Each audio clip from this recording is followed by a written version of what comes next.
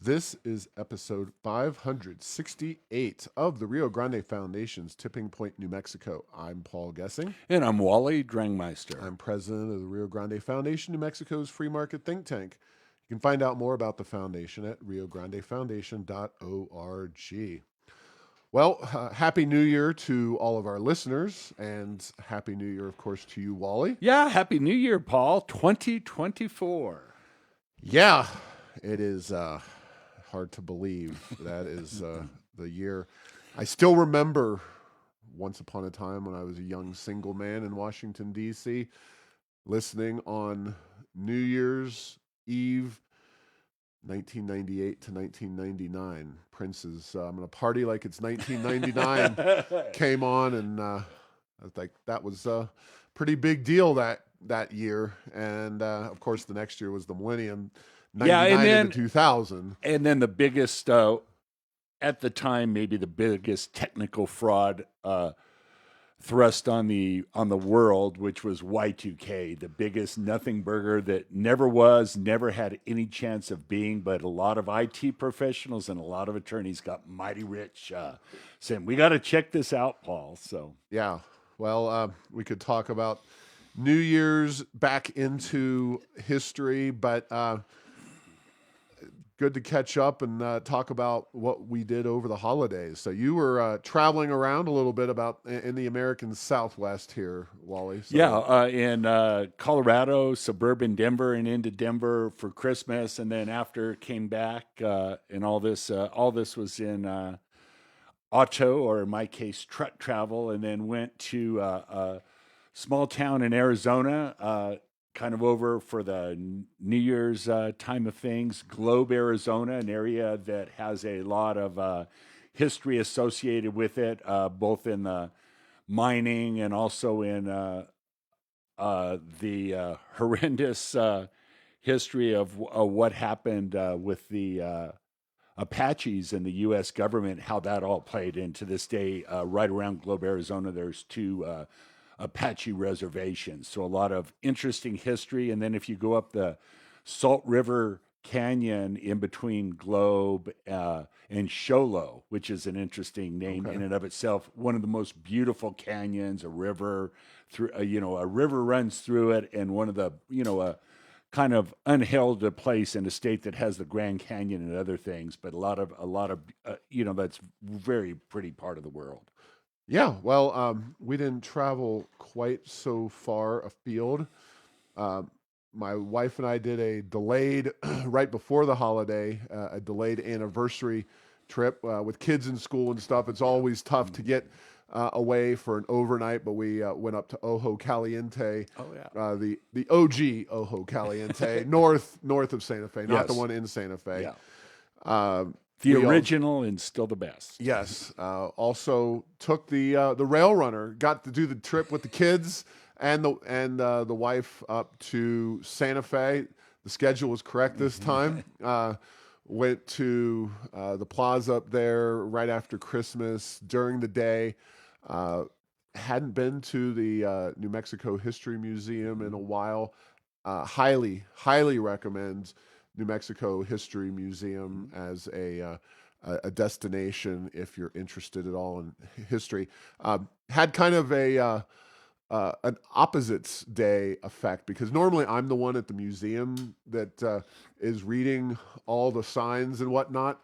My wife, of all people, was just, I was trying to drag her through. I mean, we got to see with the kids and everything, maybe a quarter of that museum, but just some really interesting artifacts, a lot of Kit Carson objects, paraphernalia from him. Really enjoyed just being around on the plaza. Obviously, there's been some changes made with the destruction of that monument, which is a black eye for Santa Fe, but just enjoying the season up there. Went to the Basilica, the Catholic Basilica up there, and that's beautiful and decked out for that time of year. As well as the very next day, I went up and skied in Santa Fe. No propane leaks, fortunately for me, that day. And I tell you what, it was wall-to-wall people. It was very, very crowded, which is not as good for skiing, but once you got to the backside of the mountain, it was fine. Right. And I tell you what, the lifts, it was.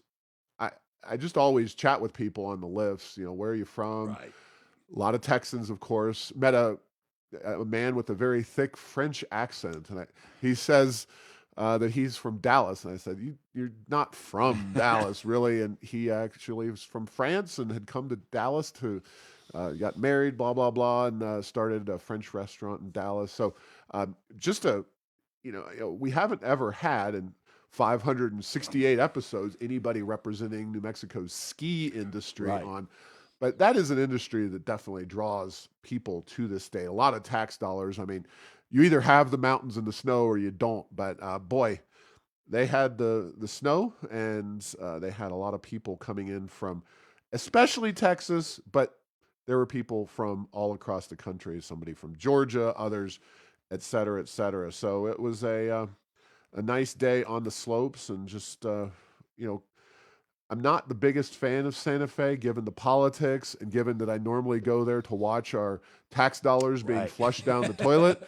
But I had a good time in some of those Santa Fe adjacent areas. So How would you rate the snow, Paul, in terms of on the mountain? it was I would say a solid B plus. Yeah, good. There was more snow in Santa Fe. I read the reports, and there was more than there was in a lot of other resorts that normally get a lot of snow, and looking good for the next few weeks.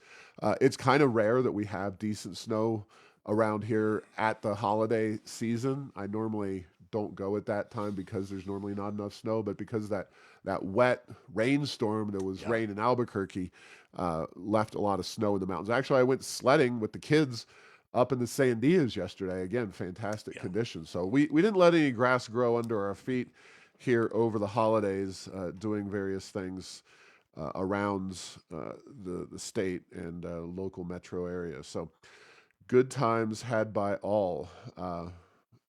Let's talk coming up. And if you want to weigh in on this, by the way, this is the EV charger mandate that is being discussed. It will be finally, I believe, voted on tomorrow, or as soon as tomorrow, by the Construction Industries Division. If you want to weigh in opposition, speaking of, don't let any grass grow under your feet, because keepyourcarsnm.com is where you can offer a brief comment on that, just in opposition. But today at 5 p.m. is the drop dead time. They are doing this thing Wednesday, January 3rd. So you got to make your comments ASAP for keepyourcarsnm.com. And this is what the mandate would do. It would be the imposition of 5% of spots being EV charging outfitted charging stations. 18,000 is the list price I hear for those level 2 stations. CNM, the community college, getting them for 45,000 installed. I don't know where the market will ultimately shake out, but this is an expensive proposition. And then having 15% of the rest of your charging spaces being EV ready at a cost of a couple thousand per spot additional, it is no joke. It's going to increase apartment costs, commercial real estate costs, et cetera. So I'm not particularly optimistic that we can stop this thing, but I do think it is important that we get a critical mass of opposition for these kinds of mandates in the public record and in the comments. Yeah, Paul, and all of this is happening against. I don't know. I wouldn't call it the end of the EVs, but there's certainly a pretty significant implosion of the industry. There was a lot of just really huge growth, but it's getting to the point now where the market is not the people who are buying their third, fourth, and fifth car and have a lot of options, and the EV doesn't have to carry the load. It's much more into the middle class, and so the demand is slackening a little bit. The production plans for most EV car manufacturers are being scaled back in the short term, and so we will have to see. There's no guarantee, by the way, that EVs will be the car of the future. It could just as easily probably be something like hydrogen or a EV2 which has a new batteries. But places like California and unfortunately New Mexico are we're just kind of glossing over all that and saying this is what we're going to do and this is the way it's going to happen, and we will see if that works or not. But let me just say, there are not going to be unintended consequences or unforeseen consequences. They're foreseen. And right now, the political push is to just totally ignore those. So we'll see what happens with all of this. Yeah, and we will have an interesting legislative session coming up in 30 days. So that's, as we record this on January 2nd, 2 weeks from today. So I don't think they'll do. Well, there may be bills. I think there may be bills on EVs and some of these mandates to push back. There will also be, of course, we already know the governor very much wants some subsidies as well. So we'll have a little bit more to say about that on the next few weeks' episodes. But of course, as is always the case, we have a brief calm before the storm and then the legislative session. So 30 days this year. As we head into the 2024 elections, which obviously start with the presidential election, and all 112 members of New Mexico's legislature will be up as well. But the very first thing on our agenda is this EV charger mandate at the CID, and you can help at least push back against it tomorrow. Now, also on the energy front, specifically relating to our state land office. Wind and solar are right there. You can't even have the conversation. Wind and solar, electric vehicles, they're all part of the same bucket of ideas or quote unquote solutions that the radical environmental movement and the political leaders of that movement have come up with that will supposedly make the environment cleaner and greener. Well, the land office put out their report on FY fiscal year 2023 and their revenues. This is, of course, Commissioner Stephanie Garcia Richard, a former state legislator, a Democrat. And we don't deal with the land office very often, and I'll explain why that's the case in a second. But one of the things that we did engage with Garcia Richard on when she took office was kind of poking fun at her logo. The logo is very attractive. It's teal, good New Mexico teal there with the Zia symbol. And then on the interior, there is a mountain range of indeterminate provenance, but there's a river flowing out of it. And if you look at it closely, you see some windmills, some of those modern windmills standing up. And we kind of made fun of Garcia Richard at the time for that logo because you would believe if you looked at this seal, the logo, that somehow solar and winds or wind and renewables, whatever combination you decide, is a really big part of what the land office actually does. And it's definitely a big part of what Garcia Richard would like to see done and happen. But here are the numbers. The top line is that wind and solar contribute a whopping 0.16% of land office revenues. So that's less than 1/4%. Yes. Okay, not very much. The total revenues the land office generated were, of course, record-breaking because of the record-breaking oil and gas environments in the Permian Basin at $2.75 billion for the fiscal year. That's obviously not anywhere near all of the oil and gas revenues that were generated because we, of course, have heavy federal lands, generation of revenues as well as private land. So the total much, much higher than that. 2.66 billion of that total came from oil and gas. So out of 2.75, 2.66 billion came directly from the oil and gas industry. other bigger numbers include grazing and rights of way and other kind of mundane uses for, obviously grazing is important. Yeah. People raising cattle and other livestock. The rights of way, just utilities need to run power cables and whatever across And the state oil and land, gas industry for and that oil and matter. gas Yep. as well. Wind and solar combined for $4.4 million. So that's 0.16 of the total. So you can see that even with that number, 2.6 plus 4.4, you only get, about 2.7. So you're talking still $500 million from other sources that are not oil and gas and not wind and solar, still dwarfing. Someday I think the goal of Garcia Richard, certainly probably not while she's in office, but maybe some future Democrat land office commissioner, that maybe someday wind and solar will achieve the level of rights of way or maybe grazing at some point. But they have a ways to go. Let's just say that if New Mexico was reliant on wind and solar for the land office revenues, she would be tapping into some other pots of revenue for her own office to manage it. So Yeah, that's we where would we be are. having brownie bake sales. Yeah. Possibly marijuana enhanced. I'm not sure now that that's legal, but That might be the leading industry on on the state lands if we had to do that. Yeah.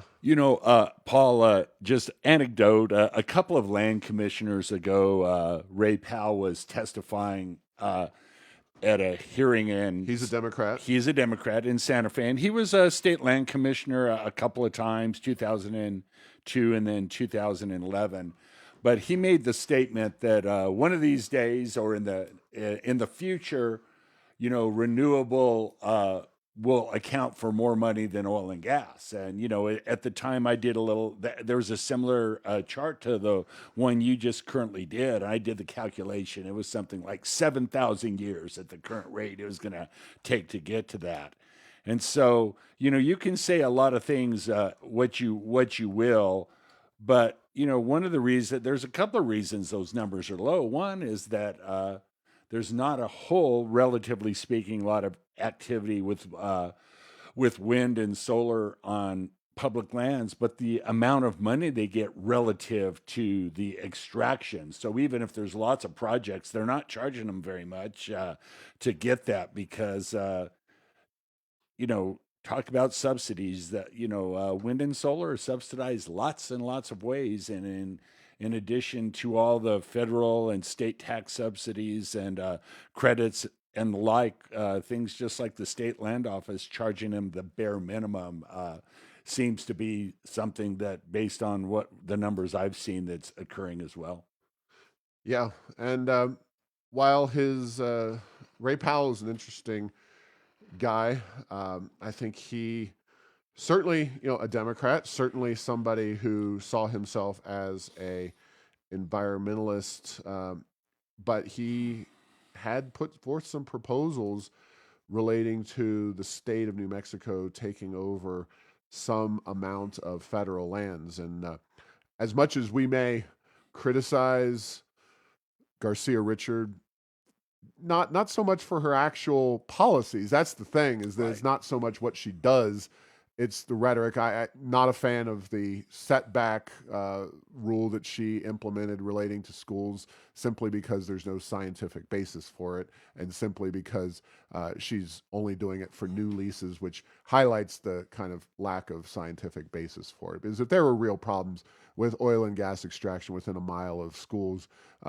somebody would have come up with a study on that, and there would be abolishment of leases within that perimeter around those schools. But anyway, Powell was at least willing to contemplate the state of New Mexico bringing some of those federal lands back to New Mexico, and we would applaud him for that. We would encourage that kind of activity because, again, those land commissioners, for all their flaws, whatever they may be, they have a knowledge base and a incentive, in the case of land commissioner, a fiduciary responsibility to manage those lands for the benefit of New Mexico. Yeah, Whereas the it's federal in the government, Constitution. They're supposed to maximize revenues on state trust lands, which are extensive in New Mexico, no doubt about that.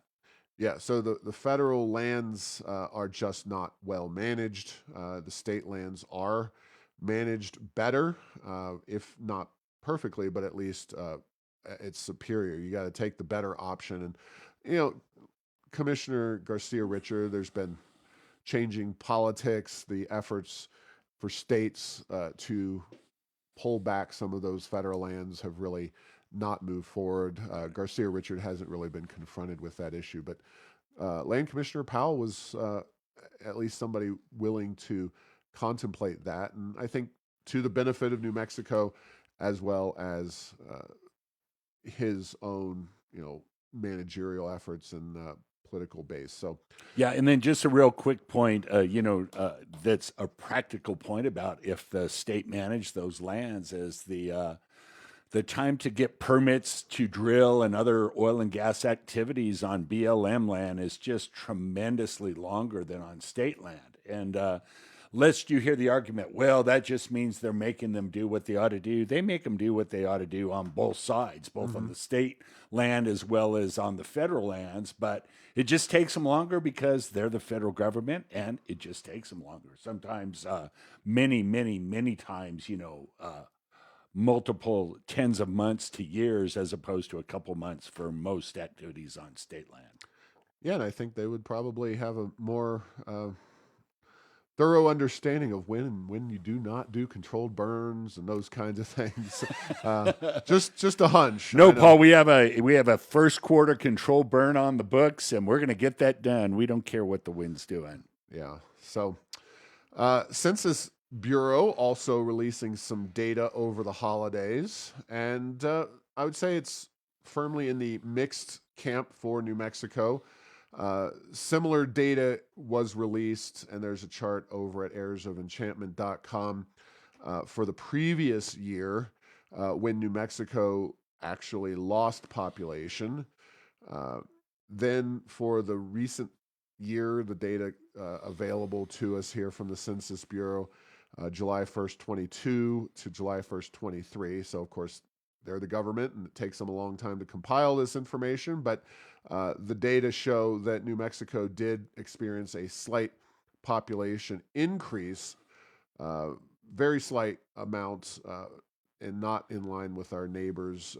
But it is good news that we did see a slight increase in our population. Now, in terms of a little bit longer, pulling the lens out a bit, U.S. Census net domestic migration by state, April 1st, 2020 to July 1st, 2023.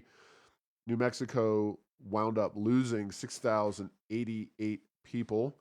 We were the smallest state in terms of losing, the smallest loss in the nation, but during that time frame from 2020 to 23, and it's a slight difference. It's nuanced because domestic migration is not the same as overall population, but we saw less population growth, or we lost people relative to West Virginia, which gained 6,074 people, Vermont, 6,746, Kentucky, Indiana, Missouri, Delaware, Maine, not exactly a murderer's row list of states that you expect to be gaining lots of people over a time period.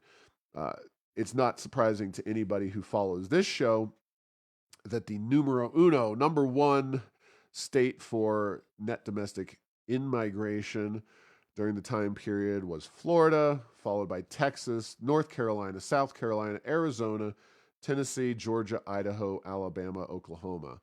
Pretty firm red states list there, top 10 recipients of domestic in-migration.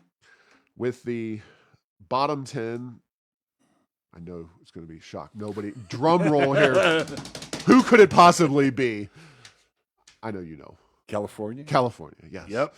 New York, Illinois, New Jersey, Massachusetts, Louisiana, Maryland, Michigan, Minnesota, Hawaii. In Pennsylvania, I think, no, I think we already had 10, but pretty blue state group there. And of course, California, New York, Illinois really being the biggest and bluest of the states. Not a big surprise that, The Texan spend into yeah, oblivion states are not faring very well. yeah. So, again, people talk a lot about the policies that they want to see implemented in a given state. New Mexico, of course, is blessed by incredible oil and gas revenue and money to spend, but that has not done anything to really make New Mexico a more attractive state for people to either live in or do business in to date. And while there are states that have certainly had bigger outflows of population, or red states that have seen population declines. The fact is that New Mexico is a beautiful state with great weather and in a region of the country that remains one of the fastest growing. Uh, it's simply about public policy, expressed preference of people migrating through the United States is, that New Mexico, while beautiful and having a lot of benefits to it, has more drawbacks on whole. And economics is not the only one, but it certainly is a significant one. Yeah, and then Paul, the other way that I like to look at these data is, how does New Mexico compare to our neighbors? And you hit two of them, Arizona and Texas. Are two of the biggest in absolute terms of inward migration. A lot of those are leaving California, and they either stop short of New Mexico, staying in Arizona, or drive through or fly over New Mexico into Texas. So, you know, and I didn't hear, I assume I didn't hear them at the top or the bottom, but places like Utah and Colorado presumably are in the middle, maybe small growth, not as large as other states. But, if you look at the region, if that's the case, you look at the region, it seems like we're not doing too well compared to those states around us. Utah has hit 49,441. They were in 13th Yeah, place. it's pretty good. Colorado, 19th place, 26,581. And I do think the state of Colorado, we will see how they evolve and change. They had been one of the fastest growing states. There's that old Happy Days episode about jumping the shark. Colorado has, in some ways, I think, from a policy perspective, jumped the shark, especially Denver. They've gotten way too lax with their homeless population.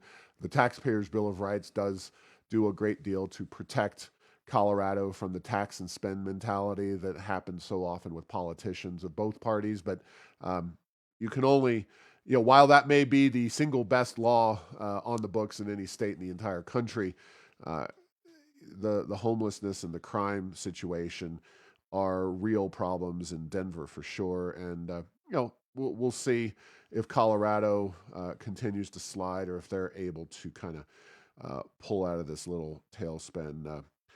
Anyway, that's just a side, but yeah, still growing and still growing much quicker than New Mexico, and And they, then again, on top of big growth. on So, top of major yeah. growth. Yes. Yeah. And then Colorado has a little bit of a crime problem, not just in their urban areas. They have a lot of what I think are pretty nice, good looking towns Oh yeah. in Colorado that are having horrendous crime numbers being put up. So, And I would also say that having spent some time in the Denver area as well as driving through Colorado Springs, the traffic in those areas is not particularly attractive either. That's one thing that New Mexicans, especially even really Albuquerque is your only major city that's going to have those kinds of traffic tie-ups that you see in a Colorado Springs or a Denver. It is trivial compared to what they experience every day in Denver. And I, there are mountains, there are challenges, but there are also ways that government can effectively move people. And not to get too far afield here before our last topic. The train system they put in, very expensive, has not moved the needle one iota right. when it comes to traffic. And that system at least is used to a much greater extent. Although the rail runner to Santa Fe over the holidays was pretty heavily utilized, Good. but not because of traffic, just because people are out doing excursions and enjoying the holidays. So it's fine for that, but it's ultimately a waste of money. What Denver and what Colorado need is some innovative techniques at carrying traffic from point A to point B. Not sure that governments really can accommodate that in a successful way, but we're not here to solve Denver's problems. We're here to solve our own, and we don't have those problems at any significant level here in New Mexico. Yeah, and then, we've talked about this before, and when you look at these wonderful train projects, it's like Microsoft Teams and Zoom and other meeting software have done more in the last decade by an order of magnitude to reduce traffic or at least make it manageable compared to any projects that have gone on anywhere west of the Mississippi. No doubts. So we're going to do something a little different because the holidays, we could have done a in-depth year in review, but you just lived through that year, and I think we know people spent way too much money in Santa Fe and grew government and took away constitutional liberties. We could do a preview, but we'll start that with the legislative session, and then we'll get to the previews. I'm going to do something as a student of history and a transplanted Ohioan that I think you'll enjoy this, Wally, and hopefully our listeners do as well. The close ties between New Mexico and Ohio. Two very different states. Whoa, I am intrigued. I'm looking forward to this. All right, number one, New Mexico became a state in 1912. I believe, is it the 6th that the anniversary is? So we're coming up on the anniversary of statehood in New Mexico here, but 1912, just an anniversary, not right? We're going to be. I see. Yes, yeah. 114 years old with the stroke of President William Howard Taft's pen. Taft, born and raised in Cincinnati, Ohio, and one of the many presidents from the state of Ohio. So he's credited with signing New Mexico into law as the 47th state in the Union. Also, and I think this is interesting. I was just sitting there looking at a county map of New Mexico, and I realized there are 5 counties in New Mexico named after presidents. Okay. Do you know them offhand? Grant, because I grew up there. Yes. Harding. Roosevelt. Oh man. Okay. Most people, that was. There's I would say arguably the most famous president in our nation's history outside of George Washington. Lincoln. Okay, good. I did miss that one. And McKinley. Okay, yes. Now, interesting to note, all 5. I would have gotten McKinley right on a true false. Sure. But no, I'm just saying that would have been tough for me to. I know McKinley County. All 5 Republicans in New Mexico, a deep blue state. Gotcha. 3 of those being Ohioans. Oh, interesting. McKinley, yep. Grant, and Harding. Wow. All from Ohio. So no other state can claim that kind of influence here in the state of New Mexico. And our chance of reciprocating, having several U.S. presidents come from New Mexico and then Ohio changing the name of their counties, that doesn't seem like that's very well. In recent years, we've had a few people give it a shot. Gary Johnson and Bill Richardson, both attempting to grab the golden ring of the U.S. presidency, but to date, no New Mexico politician or private citizen has successfully not just won. I don't think anyone's won the nomination from New Mexico either, but not of a major party, at least. Libertarian, I guess they attained major party status in New Mexico. Gary Johnson did get a pretty good vote total as a Libertarian when he ran his 2 times. Now, there are many Albuquerque mayors, and this gentleman actually went on to become governor, but I think he attained more fame as mayor of Albuquerque than he did as governor. But Clyde Tingley is originally from Ohio. And, of course, Tingley is known for Tingley Beach, Tingley Hospital, and now the downtown hotel known as the Clyde, uh, tallest. Well, it's the sister of the tallest building in Albuquerque. So Tingley was, of course, from Ohio. Teapot Dome scandal. Are you familiar with that one, Wally? Yeah, vaguely, yes. Okay, that was the Watergate of its time, and that one involved Ohio-born President Harding and his New Mexico-born Interior Secretary Albert B. Fall. Basically, the idea was that they were selling off in the post-World War I time frame. Stop me if you heard this one before, but the National Petroleum Reserve being Yes. sold off at a suspect price for the benefit of political cronies. Now, a little different from what happened recently with Biden, and there's been no corruption acknowledged or even really discussed, aside from maybe some political timing there. But Harding and Albert B. Fall, also New Mexico and Ohio. This is straight out of, at least I learned about this from the great Hampton Sides book, Blood and Thunder, in which William Tecumseh Sherman, an Ohio-born Civil War general, helped to negotiate in the years after the Civil War the 1868 treaty with the Navajo that sent them back from the unsuitable Bosque Redondo in eastern New Mexico, east of Albuquerque, west of Clovis, and gave them the current reservation in the northwest part of New Mexico and also in Arizona and other states in the Four Corners. So that was a pivotal moment in certainly Navajo nation history, but also I think in New Mexico history. And of course, Sherman, fresh off of burning Atlanta, came back to see how horrible the conditions were at Bosque Redondo, where the Navajo had been marched to in the Long Walk, and sent them back up to their ancestral homeland and a significant reservation area there. So fascinating history there. I know you read Blood and Thunder as well. Yeah, I must say that I now believe you and I are both strong aficionados, fans of that book. I will say, to my credit, which is actually wink, wink, I had that book before you, Paul. I just never read it. It was on my shelf until you told me how good it was, and I put it to the top of the pile. So, yeah, fantastic book.